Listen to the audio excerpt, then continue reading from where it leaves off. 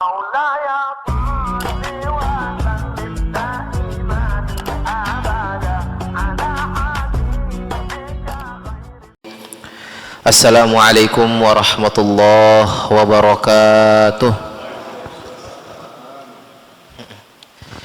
Alhamdulillahilladzi ja'ala fis samai buruja wa ja'ala fiha sirajan wa qamaran munira. Wa huwa alladzi ja'ala al-laila wan nahara khilfatan liman arada an yadhakkara aw arada syukura. Asyhadu an la ilaha illallah wahdahu la syarika lah. Wa asyhadu anna nabiyyana Muhammadan abduhu wa rasuluhu la nabiyya ba'dah. Allahumma salli wa sallim wa barik ala sayyidina Muhammad wa ala alihi wa ashabil kirami ajma'in, amma hadirin wal hadirat jamaah salat maghrib yang dirahmati Allah subhanahu wa ta'ala. Masih pada bagian kedua fijtina bil ma'asi, yakni bagaimana cara kita meninggalkan maksiat.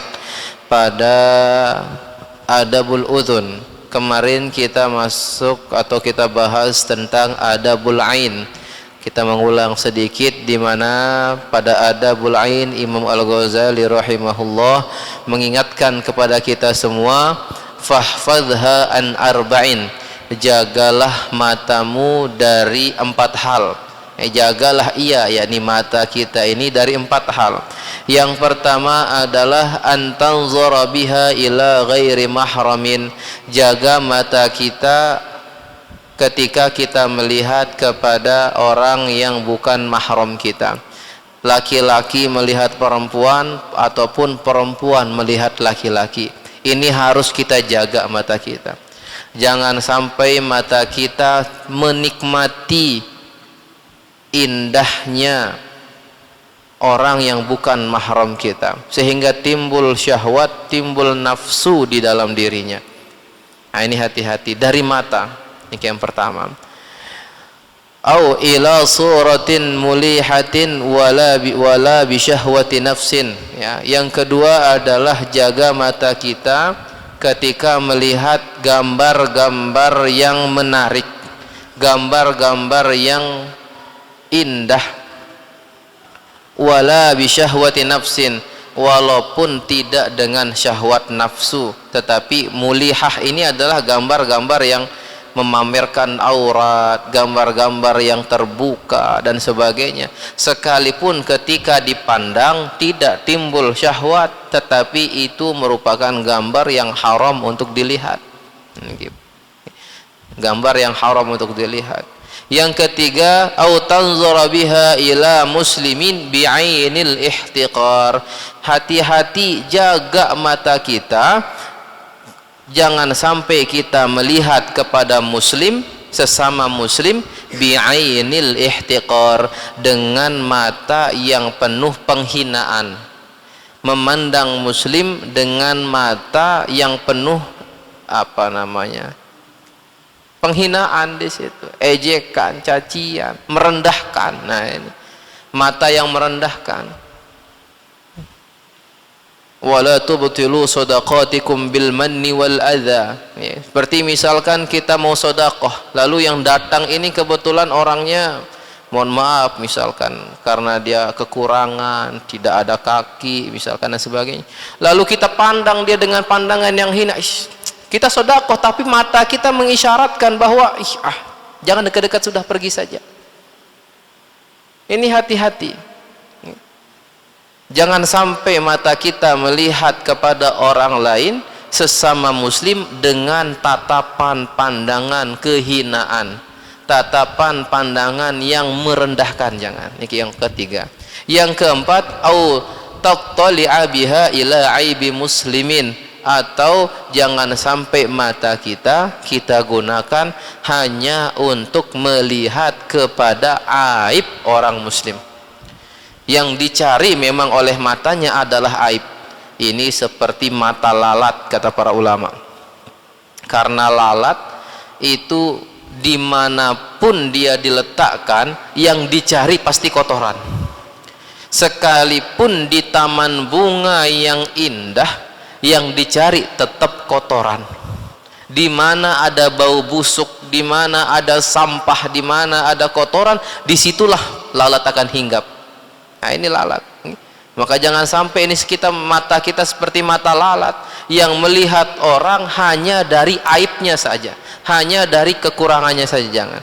Nah, ini 4 hal ini yang harus kita jaga mata kita daripada memandangnya. Ila an qala al-Imam Al-Ghazali rahimahullah, nafa'anallahu bihi wa bi ghaziri ulumihi fid dharain ad-dunya wal akhirah. Wa ammal udhunu, adapun telinga. Nah, ini kita masuk ke bagian yang kedua, adabul udhun, yakni adab-adabnya telinga. Bagaimana cara menjauhkan diri kita dari maksiat telinga. Wa ammal udhunu fahfazha an tusghiya biha ilal bid'ah, jagalah ia, jangan sampai telinga kita digunakan untuk mendengar kepada pertama, yakni hal-hal yang bid'ah, pendidikan pelajaran dari agama tetapi yang dibuat-buat sendiri tanpa ada dasar dalil dari Al-Quran maupun hadis. Seperti menghinakan agama, menjelekkan syariat Islam, menjelekkan Nabi, atau lagi mengatakan bahwa ada Nabi setelah baginda Nabi Sallallahu Alaihi Wasallam. Ini semua kata-kata bid'ah. Maka jangan sampai telinga kita mendengarkan hal itu. Awil ghibah, atau mendengar ghibah. Ghibah, apa itu ghibah? Zikruka akhaka bima yakrahuhu. Ini ghibah, yakni kau berbicara tentang saudaramu yang apabila saudaramu itu mendengarkan apa yang kau bicarakan, maka dia akan benci, dia tidak suka. Itu maksudnya ghibah. Maka jangan sampai telinga kita ini mendengar kata-kata dari ghibah. Jadi kalau ada majelis-majelis ghibah, majelis-majelis gosip, dalam perkumpulan di situ dibicarakan kekurangan-kekurangan orang lain, lebih baik menjauh. Maka jangan sampai telinga kita yang Allah berikan, yang Allah anugerahkan ini, kita gunakan hanya untuk mendengar aib-aib orang lain, untuk mendengar kesalahan-kesalahan orang lain, gosipan-gosipan, gibahan-gibahan dari orang lain. Awil fahsh, atau kata-kata keji, kata-kata kotor. Ini saat ini kita banyak temukan anak-anak muda kita, ringan sekali dia mengucapkan kata-kata kotor. Ringan sekali lisannya dia ucapkan kata-kata kotor. Entah yang kata-kata kotor berasal yang dari Jawa misalkan, kata-kata kotor yang asli dari kita, dari Sasak misalkan, kata-kata kotor yang dari Sulawesi, ini ada semua. Namun anak-anak kita sekarang merasa itu adalah hal yang gaul. Jadi tidak asik kalau tidak berbicara dengan kata-kata kotor tersebut. La ilaha illallah. Maka kalau itu kita temukan, menjauh. Jangan sampai telinga yang Allah anugerahkan nikmat Allah ini kita kotori dengan kata-kata yang kotor tersebut. Awil khawdi fil batil, atau kita tenggelam kepada hal kebatilan apapun itu bentuknya. Au dzikri masawi annas, yakni atau mendengar orang membicarakan keburukan-keburukan orang lain. Nah, ini sama seperti ghibah tadi. Fa innama khuliqat laka litasma'a biha kalam Allah taala. Karena sejatinya telinga yang ini Allah ciptakan bagimu litasma'a biha kalam Allah taala, agar engkau dapat mendengar kalam Allah, agar engkau dapat mendengar ayat-ayat Al-Quran. Ya, ini telinga kita ini. Maka gunakan telinga kita ini pertama adalah untuk mendengar ayat-ayat Al-Quran. Maka pahala orang yang mendengarkan bacaan Al-Quran sama dengan pahala orang yang membaca. Ini pentingnya. Kata dalam Al-Quran sendiri Allah terangkan kita, apabila dibacakan bagimu Al-Quran fastami'ulah, maka dengarkanlah gitu. Dengarkanlah. Maka wajar ketika imam membaca Al-Fatihah kita diam, khusyuk dengarkan, resapi maknanya di hati kita. Begitu imam selesai Al-Fatihah kita aminkan serentak, amin. Nanti imam kasih jeda, ya, kasih jeda sejeda, ya. Di situ kita baca Al-Fatihah. Begitu imam melanjutkan dengan membaca surat pilihan, maka kembali kita dengarkan bacaan imam. Maka ini pentingnya bagi kita juga mencari imam-imam yang bacaannya baik, ya. Mencari imam-imam bacaannya baik, agar kita telinga ini enak dalam mendengarkannya, hati kita tenang ketika mendengarkannya. Niki dulu kami pernah, ketika itu lagi ada kegiatan kebetulan di Sembalun, kegiatan di Sembalun, kita dibookingkan penginapan.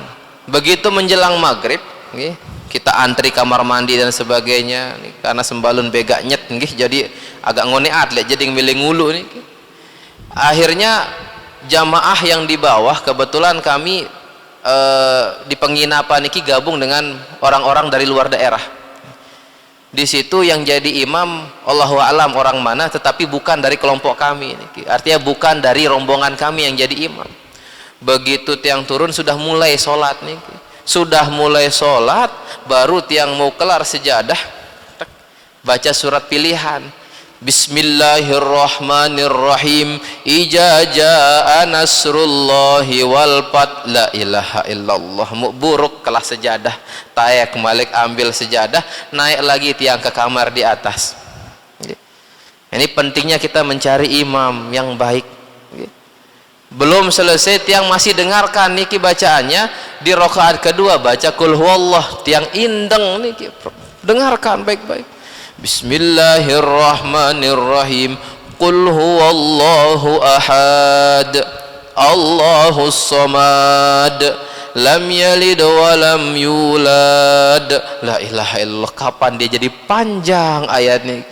Nah, ini juga termasuk, ya, termasuk bagian telinga kita jangan sampai mendengarkan hal-hal ini. Adalah hal-hal yang baru dalam beragama, ini agama yang salah, bacaan Quran yang salah. Maka jangan sampai kita dengarkan yang seperti itu. Lebih baik kita tegur, setelah itu kita katakan Pak seperti ini dan sebagainya. Nah, maka telinga kita ini Allah jadikan untuk mendengar kalamullah. Baginda Nabi ketika mendapatkan wahyu, ya, hanya mendengarkan kalimat Iqra. Dengarkan kalimat Iqra sampai 3 kali, Iqra bismi rabbikal ladzi khalaq. Dengan telinganya Nabi membacakan Al-Quran tersebut. Beliau bisa bacakan Al-Quran dengan telinganya, karena Nabi adalah al-ummi. Ummiyun itu artinya orang yang tidak bisa baca, tidak bisa tulis, artinya ummi. Wa sallallahu ala sayyidina Muhammadin nabiyil ummi. Nah, di situ kita baca ketika kunut, nabiyil ummi, nabi yang tidak bisa baca, tidak bisa tulis, al-ummi artinya. Namun itu bukan menjadi sebuah kekurangan. Bahkan disitulah mukjizatnya orang yang tidak bisa baca, tidak bisa tulis, namun hafal isi Al-Quran, menjadi kelebihan bahwa yakin Al-Quran itu bukan kata-kata dari Nabi karena Nabi tidak bisa baca, bukan tulisan Nabi karena Nabi tak bisa tulis. Murni merupakan kalamullah yang didengar langsung oleh Allah, diperdengarkan oleh Allah melalui lisan malaikat Jibril. Baginda Nabi mendengarkan itu, digunakan telinganya untuk mendengar kalamullah.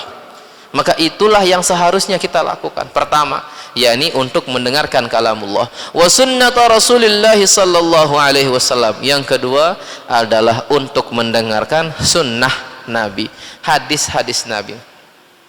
Wa hikmati awliyaihi. Yang ketiga, hikmah dari para wali-wali Allah, ya.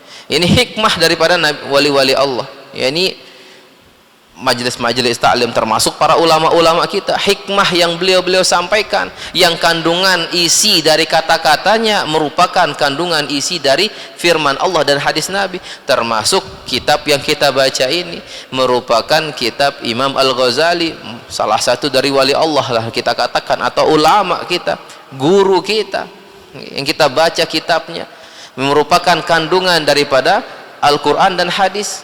Nah, ini telinga kita gunakan untuk mendengar kajian-kajian yang seperti ini. Wa tatawassal biha wa tatawassal bi istifadatil ilmi biha ilal mulkil muqimi wan na'imid daimi fi jiwari rabbil alamin.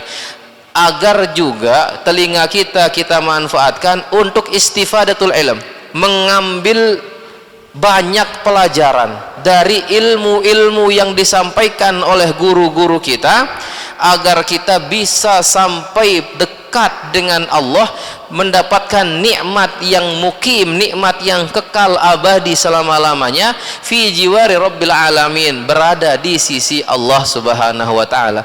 Maka telinga kita jangan sampai menjauhkan kita dari Allah, karena fungsi utama telinga kita Allah ciptakan semata-mata untuk mendekatkan diri kita dengan Allah. Nah ini fa iza asghaita biha ila syai'in minal makarihi, namun apabila engkau gunakan telingamu untuk mendengar sesuatu dari hal-hal al-makarih, hal-hal yang dibenci oleh Allah, apalagi hal-hal al-maharim, hal-hal yang diharamkan oleh Allah, sara makana laka alaika, maka dia akan berubah. Telinga ini yang harusnya menjadi nikmat bagimu justru malah menjadi celaka bagimu. Sara makana laka alaika, yang awalnya menjadi nikmat bagi kita, anugerah dari Allah, malah justru menjadi alaika, yakni dibebankan kepada kita, justru menjadi celaka kita dengan telinga kita. Kalau kita dengar, yakni kita gunakan telinga kita mendengar kepada hal-hal yang Allah haramkan, hal-hal yang Allah benci. Wanqalaba ma kana sababu fauzika sababaha halakika, yakni akan merubah yang harusnya telinga kita menjadi salah satu sebab kita bisa selamat di akhirat, namun berubah menjadi sebab kehancuran kita di akhirat. Na'udzubillah. Wa hadza ghayatul khusran, maka itu merupakan tingkat kerugian tertinggi. Ghayatul khusran, tingkat kerugian tertinggi, yakni adalah ketika nikmat Allah yang Allah jadikan kepada kita yang berbentuk telinga, yang harusnya dapat menolong, membantu kita untuk bisa lebih dekat dengan Allah, namun kita salah gunakan sehingga justru bukan malah memberikan manfaat yang banyak, justru malah membawa kehancuran bagi kita. Wal'iyadzubillah. ولا تظنن أن الإثم يختص به القائل دون المستمع. Jangan engkau mengira, kata Imam Ghazali mengingatkan kepada kita semua, jangan sekali-kali engkau mengira bahwa al-ithma, dosa, yakhtassu bihil qail dunal mustami, bahwa dosa itu dikhususkan kepada orang yang berbicara saja tanpa atau tidak terikut, tidak termasuk orang yang mendengarkan. Jangan kita kira seperti itu. Kalau misalkan ada yang berbicara omong kotor, omong jorok, ada yang berbicara misal membicarakan aib orang lain, ada yang sedang menggosip, menggibah, fitnah dan sebagainya, jangan kita mengira dosanya hanya diberikan kepada yang berbicara saja. Ini hati-hati. Jangan kita kira dosanya hanya diberikan ke orang yang berbicara saja. Fafil khabari, di dalam khabar atau di dalam hadis disebutkan, annal mustami'a syariqul qail wa huwa ahadul mughtabin, bahwa sesungguhnya orang yang mendengarkan, yakni mendengarkan hal-hal yang buruk tadi, mendengarkan hal-hal yang Allah benci, itu syariqul qail, sama dosanya dengan orang yang berbicara. Wa huwa ahadul mughtabin, yakni dia pun juga termasuk salah satu dari orang-orang yang menggibah tadi. Datang ke tongkrongan, ini bicarakan, oh ya benar, ini kayak gini, ini kayak gini, kayak gini, kita hanya dengarkan saja, maka dosa kita sama dengan mereka, sekalipun tidak berbicara. Ini apalagi saat ini, la ilaha illallah, kita katakan saat ini merupakan tahun politik, pemilu, mendekati pemilu dan sebagainya, entah itu pemilihan wali kota, termasuk pemilihan gubernur dan sebagainya. Nah, ini perlu hati-hati kita. Hati-hati Pertama, hati-hati jaga lisan kita. Nah, insya Allah setelah ini kita masuk adabul lisan. Hati-hati jaga lisan kita, pun juga hati-hati kita jaga telinga kita. Okay? Karena banyak saat ini tim ses itu tidak paham tentang adab dalam menggunakan lisan. Tidak paham tentang adab dalam menggunakan lisan. Kenapa? Karena banyak kita temukan tim ses sekarang dia menjunjung tinggi pasangannya dan menghinakan orang lain dengan lisannya. Jangan pilih ini karena ini. Dia seperti ini. Dicari, dibongkar aibnya lalu disampaikan. Janganlah kita katakan wali kota, gubernur dan sebagainya. Mungkin bahkan dalam pemilihan ketua takmir masjid itu bisa terjadi. Segerah nih jari ketua takmir, sugul bale be masin kado celana konte. La ilaha illallah. Ini kadang sering terjadi karena tidak belajar tentang adab penggunaan lisan. Pun juga orang yang mendengarkan, wow iya ndih tetundih demena kita saat ini jadi takmir rajin jok masjid ini. Oh lagu iya mene. Dengar asik dia dengarkan. Maka telinganya ketika itu sudah digunakan untuk mendengarkan hal-hal yang makarih, hal-hal yang dibenci oleh Allah Subhanahu wa taala. Maka dosa yang mendengarkan sama dengan dosa yang berbicara. Wa ammal lisan, selanjutnya masuk kepada adabul lisan. Adapun lisan, lisan lidah kita fa innama khuliqa laka litukthira bihi dzikrallahi ta'ala wa tilawata kitabih. Adapun lisan Allah ciptakan untuk kita agar kita gunakan untuk banyak-banyak berzikir kepada Allah, untuk banyak-banyak ingat dengan Allah, wa tilawata kitabihi, dan juga kita gunakan untuk membaca kitab Allah, yakni Al-Quran, membaca Al-Quran. Wa tursyida bihi khalqallahi ta'ala ila tariqihi, dan juga kita gunakan lisan kita untuk mengajak, membimbing, untuk mengarahkan hamba-hamba Allah, untuk mengarahkan saudara-saudara kita seiman seagama agar berjalan pada jalan yang Allah ridhoi. Ini dengan lisan kita. Seperti apa? Contohnya dengan kita majelis ta'lim seperti ini. Pulang kita nanti kita ingatkan kepada anak istri kita, kita ingatkan pada keluarga kita, kita ingatkan pada tetangga kita dengan lisan kita. Jangan justru lisan kita gunakan untuk hal-hal yang jelek tadi. Jangan justru lisan kita gunakan untuk membicarakan orang lain dan sebagainya. Wa tudhiru bihi ma fi dhamirika min hajati dinika wa dunyaka, dan lisan kita ini juga digunakan untuk mengungkapkan apa yang ada di dalam hati kita. Lisan kita digunakan untuk mengungkapkan apa yang ada di dalam hati kita, min hajati dinika wa dunyaka, dari hajat-hajat kita dalam beragama, termasuk dari hajat-hajat kita tentang duniawi juga.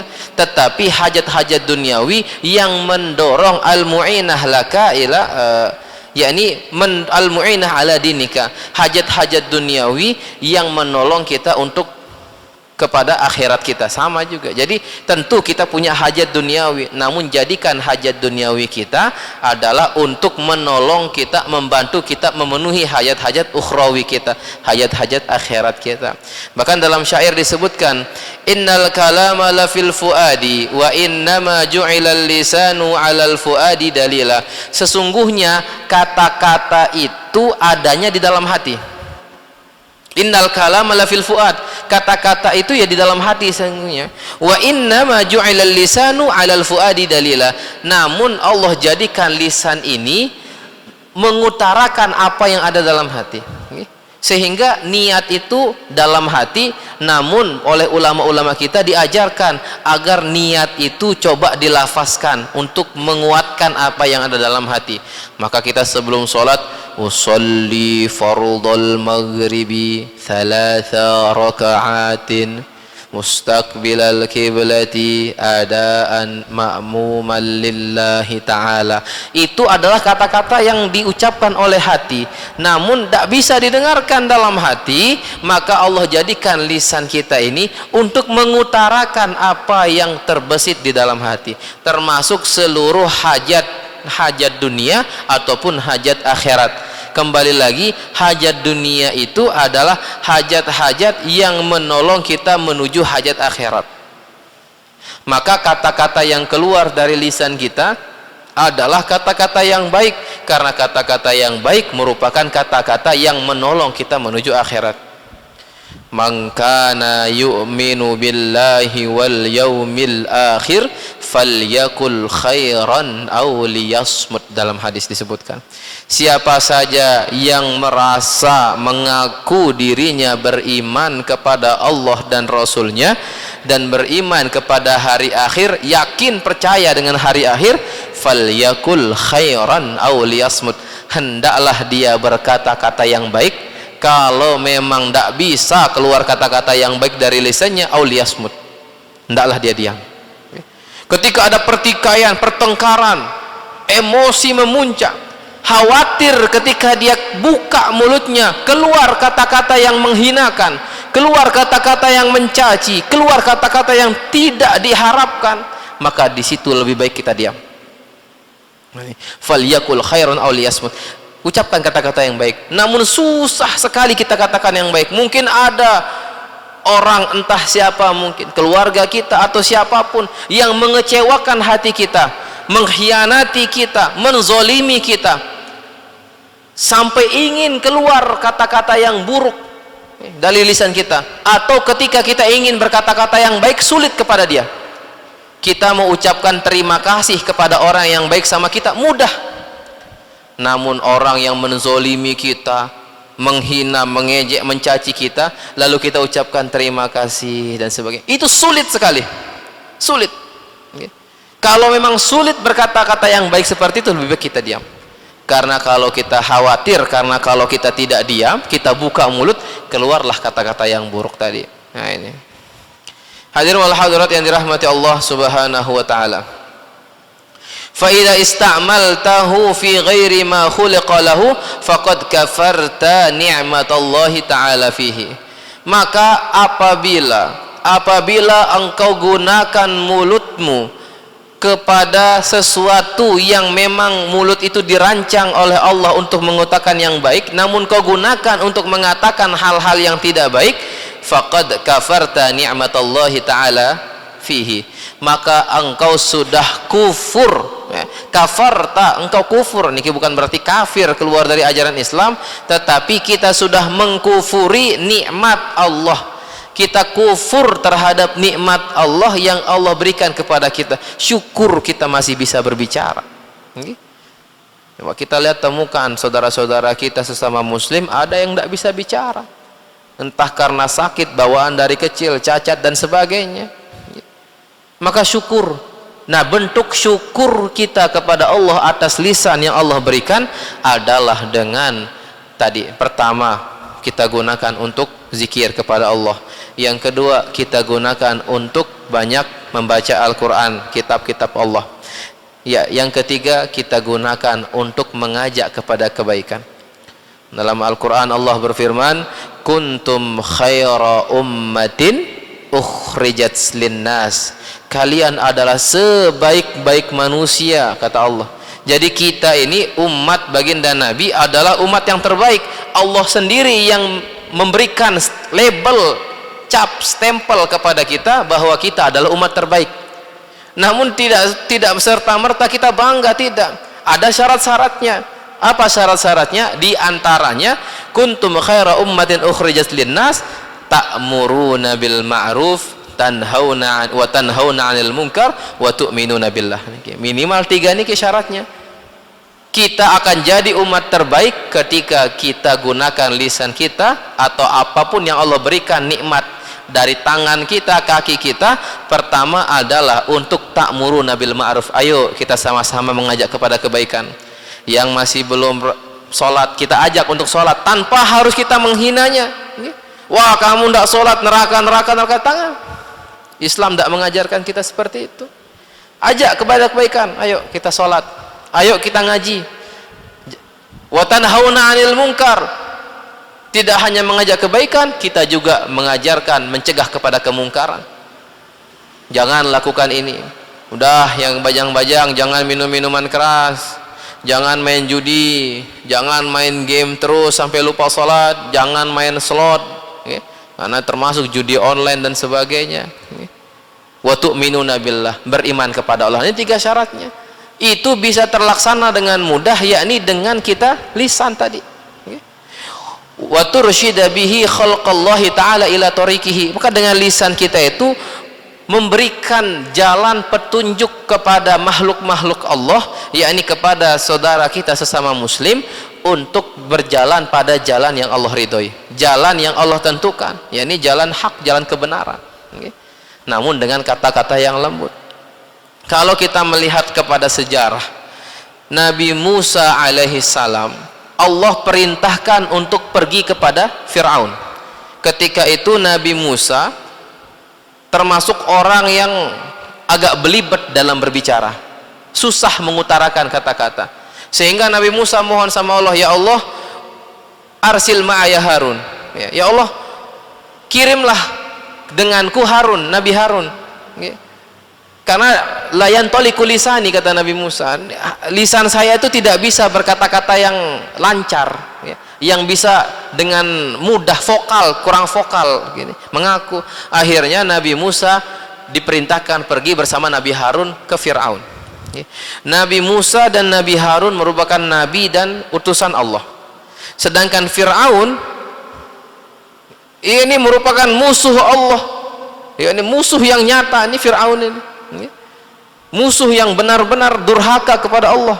Ini Fir'aun, orang yang sekafir-kafirnya manusia yang ada saat ini Fir'aun. Kafir-kafirnya kita apa coba? Tidak ada yang sedurhaka Fir'aun. Paling mentok-mentok ngaku nabi, ujung-ujung ngaku pernah dulu mengaku menjadi Jibril, ngaku jadi Jibril, ngaku jadi nabi dan sebagainya.